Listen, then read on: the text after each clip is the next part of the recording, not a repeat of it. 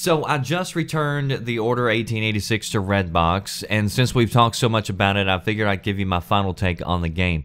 So let's start with the obvious, and the number one thing that's been talked about with this game since its launch, and that is the graphics, and the game really does look that good.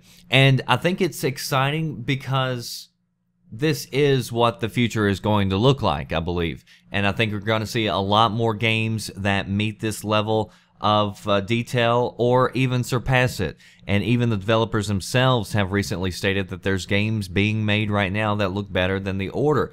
So pretty exciting times right around the corner. And I think this is a game that you could show off to your friends and say, this is what the future is going to look like.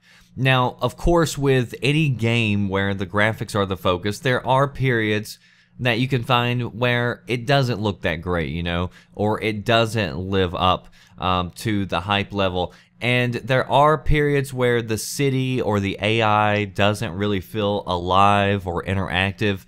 But I would say the vast majority of the time, 95 to 98% of the time, it does meet all the necessary requirements for a graphic whore's wet dream.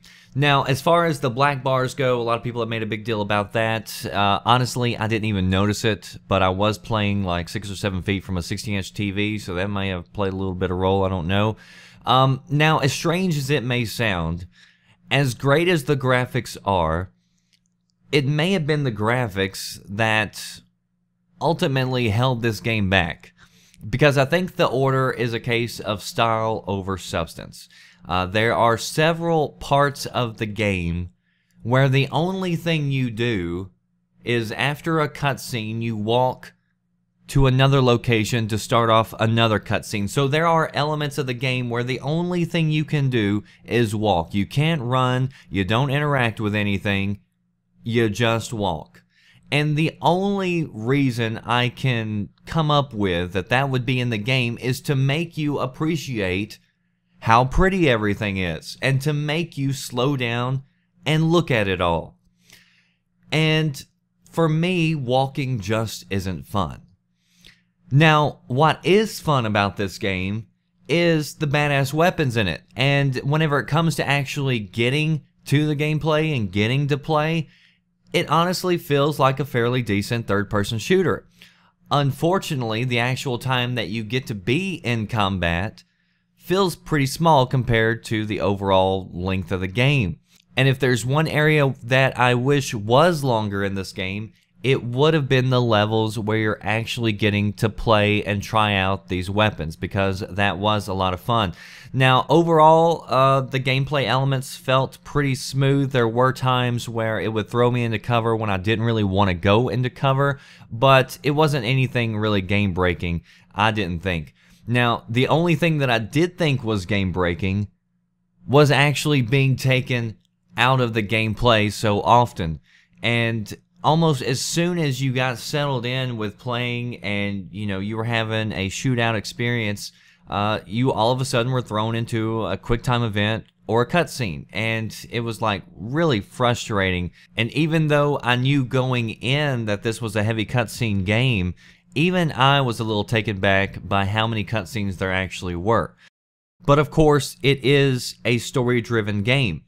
And for the story, I mean, it's decent. It held my attention throughout the game, which is a lot more than what I can say for a lot of games these days. You know, I didn't think it was anything fantastic or great, but I also didn't think it was anything horrible by any stretch of the imagination. But the problem is, once you're done, I mean, that's it. Unless you're a trophy hunter, there really isn't a lot of reasons to go back and play through the game again. Now, for me, there are some levels I wouldn't mind going back and playing through again, but due to the unskippable cutscenes and due to how many there are and the length of them, thinking about a second playthrough this game really makes me vomit in my mouth a little bit at just the thought. So I'm personally glad that I got to experience the Order 1886. Again, I picked it up at Redbox. I got around 6 hours of game out of it. And for $3.29, I don't really feel like that was a bad deal, you know. And even though the pacing and the style wasn't my typical type of game, I really don't feel like it was a horrible game. But it wouldn't be included on my list of most fun games that I've played. And that's why I usually play games, is to have fun. There were some fun elements in the game, but they were just too few and far between. If I wouldn't have known the things that I knew going in, if I wasn't the type of person who researched games or whatever else, and I would have bought this game for $60 digitally, I'd feel pretty upset right about now. So, I do not think this is a $60 game. I'm not saying it's a game you shouldn't try, but if you don't at least rent it, I would at least suggest waiting for the price to drop. And considering that, you know, games like Infamous Second Son are down to around $20 or $25 right now, rest assured that this game is also going to drop in price. And I don't think it's a game that you have to play right now. It's not going to hurt to wait a little bit, wait for that price to drop, or wait till you can at least rent it. Again, I think it was a game where graphics and style was placed ahead of everything else. That does it for me, The Red Dragon. I'll see you next time. Thanks for watching.